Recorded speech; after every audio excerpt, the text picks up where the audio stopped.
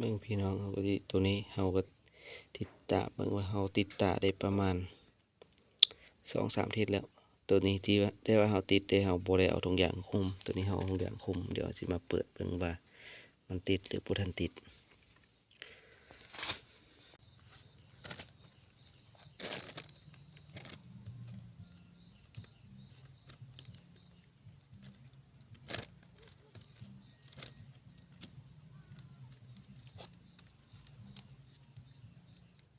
น่าจะบ่ติดพี่น้องเฮาเขียนแต่ว่ามันกินเนื้อเข้าไปแล้วแต่ว่าเฮาเขียนและแผลมันบ่เจ็บนะพี่น้องแต่ว่าส่วนลุ่มนี่แหละมันติดแล้วถ้าเบิ่งตัวนี้พี่น้องตัวนี้ก็ประมาณนี้พี่น้องกำลังตาตุ่มอยู่พี่น้องว่ารุ่นเบิ่งว่ามันสิติดบ่ติดแต่ว่าเต็บทั้งลุ่มเฮาจะบ่ฟ้าวออก